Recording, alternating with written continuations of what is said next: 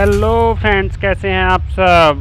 आप सभी का स्वागत है हमारे channel learn English with Kapil Tyagi. Today our topic is future indefinite tense. यदि अभी आपने हमारा चैनल सब्सक्राइब नहीं किया तो चैनल को सब्सक्राइब करें, वीडियो अच्छी लगे तो लाइक करें और अपने दोस्तों को शेयर करना न भूलें। इससे पहले वीडियो देखने के लिए यूट्यूब पर जाकर सर्च करें learn English with Kapil Tyagi and enjoy all the videos. Let's start our topic future indefinite tense. तो इसका फ्यूचर जैसा कि नाम से ही पता चल रहा है कि भविष्य काल में आने वाले काम को दर्शाता है, तो इसका फर्स्ट पार्ट ले रहे हैं फ्यूचर इंडेफिनिट टेंस, या फिर ऐसे भी कह सकते हैं इसे हम सिंपल फ्यूचर टेंस के रूप में भी जानते हैं। तो इसकी सबसे पहले पहचान लेंगे। जैसा कि आप सभी जानते हैं कि इन वाक्यों के अंत में फ्यूचर इंडेफिनिट टेंस में गागी गे आदि शब्द आते हैं, लेकिन प्रॉब्लम तब क्रिएट होती है जब इनमें ऐसे वाक्य आ जाते हैं पढ़ेगा, पढ़ेगी, पढ़ेंगे। तो ये कैसे बनेंगे आज ये सीखने वाले हैं हम। सबसे पहले लेते हैं अफर्मेटिव सेंटेंसेस का फॉर्मेशन कैसे होगा। तो फर्स्ट ऑफ ऑल हमें सब्जेक्ट रखना है, सब्जेक्ट के अकॉर्डिंग विल या शैल का प्रयोग करना है, प्लस वर्ब की फर्स्ट फॉर्म लगेगी, प्लस अदर वर्ड का प्रयोग होगा। अब मेन बात हम यहाँ पर आती है कि विल किसके साथ लगाना है और शैल किसके साथ लगाना है, इन दोनों के बीच में क्या डिफरेंस है, आओ सीखते हैं।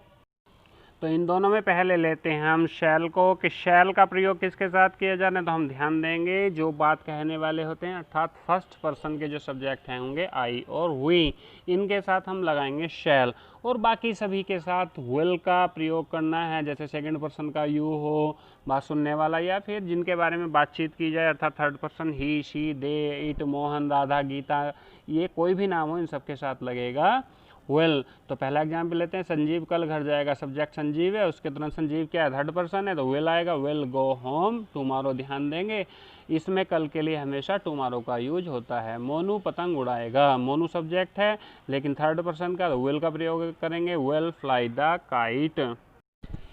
एक विशेष बात हमें ये ध्यान रखना है कि इंग्लिश स्पीकिंग में हम कभी भी शैल का प्रयोग नहीं करते, हमेशा विल का प्रयोग करते हैं, चाहे सब्जेक्ट फर्स्ट पर्सन हो, चाहे फिर सेकंड हो, या फिर थर्ड पर्सन हो। लेकिन हम ग्रामर में जब सीखते हैं तो हम विल और शैल दोनों का प्रयोग करते हैं। तो पहला एग्जाम्पल लेते हैं, मैं उस लड़के को बुलाऊंगा। तो सब्जेक्ट क्या है, आई, और आई के साथ शैल का प्रयोग होगा और कॉन्ट्रैक्शन फॉर्म लेंगे तो oil call that boy. Next example लेते हैं, हम आज श्रीलंका पहुंचेंगे।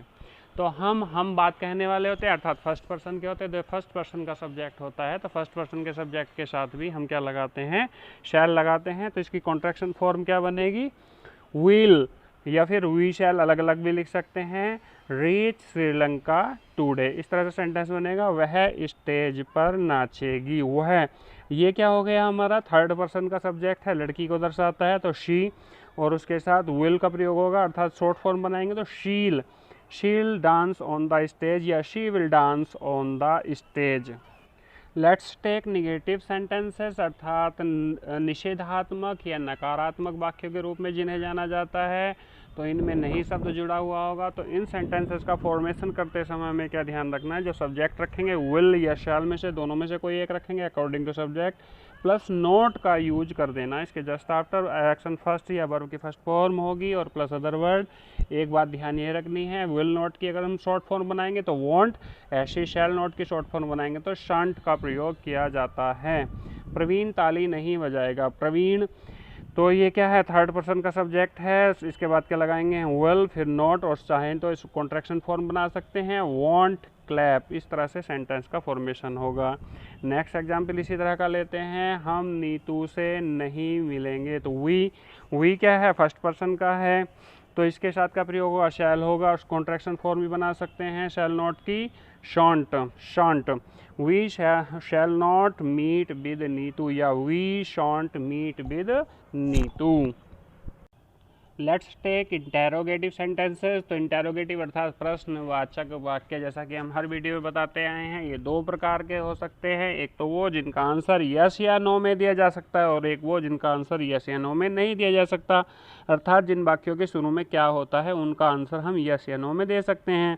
जैसे क्या तुम कल स्कूल जाओगे, तो हम कह सकते हैं हाँ हम स्कूल जाएंगे या नहीं जाएंगे। तो उनका फॉर्मेशन कैसे होना है, यस या नो टाइप वालों का, फर्स्ट ऑफ ऑल विल या शैल दोनों में से कोई एक रखना है सब्जेक्ट के अकॉर्डिंग, प्लस प्लस नॉट अगर वाक्य में नहीं हो तो लगाना है, वर्ब की फर्स्ट फॉर्म लगानी प्लस अदर वर्ड। क्या ईशिका पाठ याद करेगी? ईशिका थर्ड पर्सन है तो विल बाहर निकालेंगे, विल ईशिका याद करने को कहते हैं लर्न द लेसन। क्या मैं अपने छात्रों को नहीं पढ़ाऊंगा? तो मैं के साथ बाहर क्या निकलने वाला है? शैल आई नॉट टीच माई स्टूडेंट्स। तो हमने देखा जिनके आंसर यस या नो में दिए जा सकते हैं उनमें विल या शैल फर्स्ट ऑफ ऑल लगकर उनका हम ट्रांसलेशन इंग्लिश में कर देते हैं। अब लेते हैं इसका दूसरा टाइप अर्थात WH फैमिली वाले वर्ड जो होते हैं जैसे क्या, क्यों, कहाँ, कब, कैसे, कौन सा। अगर वाक्य के बीच में ये शब्द होते हैं तो सबसे पहले उसकी अंग्रेजी हमें रखनी होती है जो कहलाते हैं WH फैमिली टाइप के वर्ड। तो WH वर्ड अगर किसी सेंटेंस में हो तो फर्स्ट ऑफ ऑल उसे ही रखना है, फिर बाकी सारा रूल जैसा पहला था वैसे ही रहेगा, विल या shall plus subject plus not plus verb की first form plus other word का प्रयोग होगा। एग्जाम्पल लेते हैं, तुम नकल क्यों करोगे? तो सबसे पहले क्यों की अंग्रेजी रखेंगे वाई, विल और यू कॉपी, हो गया बस। शीला कहाँ नाचेगी? तो सबसे पहले कहाँ की अंग्रेजी रखेंगे वेयर, तो वेयर के बाद क्या लगेगा? शीला के अकॉर्डिंग विल लगाना पड़ेगा, वेयर विल शीला डांस, और हो गया सेंटेंस। अब हमें दूसरी बात क्या सीखनी है, जैसा कि हमने स्टार्टिंग में बताया था कि इसमें वाक्य ऐसे भी होते हैं जिनके अंत में आएगा पड़ेगा या अवश्य वाले वाक्य सेंटेंस में अवश्य लिखा हो तो उनका फॉर्मेशन किस तरह से होना है। तो इन सेंटेंसेस को हम टू टाइप से बना सकते हैं। पहले देखते हैं फर्स्ट टाइप ऑफ फॉर्मेशन अर्थात पहला किस तरह से हम सेंटेंस को बना सकते हैं जो इजी भी होता है। तो इसमें क्या करना होता है, हम सब्जेक्ट भी रखते हैं, विल शैल भी रखते हैं, लेकिन उसके बाद हैव टू यूज करना होता है, प्लस वर्ब की फर्स्ट फॉर्म होगी प्लस अदर वर्ड होगा। आपको खाना पड़ेगा, तो ये क्या किसी तरह से मजबूरी बाध्यता को दिखाता है।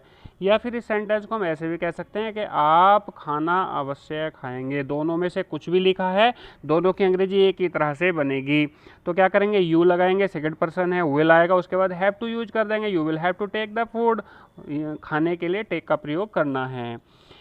दूसरा एग्जाम्पल लेते हैं, हमें कल बिजनौर जाना पड़ेगा, तो ये मजबूरी दिखाता, वी के साथ शैल फिर have to go to Bijnor, और हो गया सेंटेंस। अब देखते हैं हम इसका सेकंड टाइप ऑफ फॉर्मेशन अर्थात वाक्य किस तरह से बनाए जाने वाले हैं। तो इसमें हमें क्या करना होगा, जो हमारे फर्स्ट पर्सन के सब्जेक्ट होते हैं अर्थात आई और वी, इनके साथ शैल का प्रयोग करते हैं तो शैल का प्रयोग नहीं करना, बल्कि इनकी जगह विल कर देंगे। तो फिर जिनके साथ विल होता था उनके साथ शैल का प्रयोग अर्थात सेकंड पर्सन थर्ड पर्सन के ही, शी, यू, दे, कोई भी नाम हो सकता है, इन सब के साथ शैल का प्रयोग करें और सेंटेंस बन जाएगा। अनुपम को चाय बनानी पड़ेगी, तो ये मजबूरी दिखाता है पड़ेगी, तो अनुपम के साथ क्या चाहिए, विल आना चाहिए, लेकिन हम पढ़ेगी सेंटेंस में है तो क्या करेंगे, शैल का प्रयोग करेंगे, अनुपम शैल प्रिपेयर द टी। इस तरह से सेंटेंस का फॉर्मेशन करेंगे और सेंटेंस तैयार हो जाएंगे। तो कैसा लगा हमारा वीडियो? अगर वीडियो अच्छा लगा हो तो लाइक कीजिए, शेयर कीजिए, और चैनल सब्सक्राइब ना किया तो सब्सक्राइब अवश्य करें ताकि न्यू वीडियो का आपको नोटिफिकेशन मिलता रहे। Thanks a lot.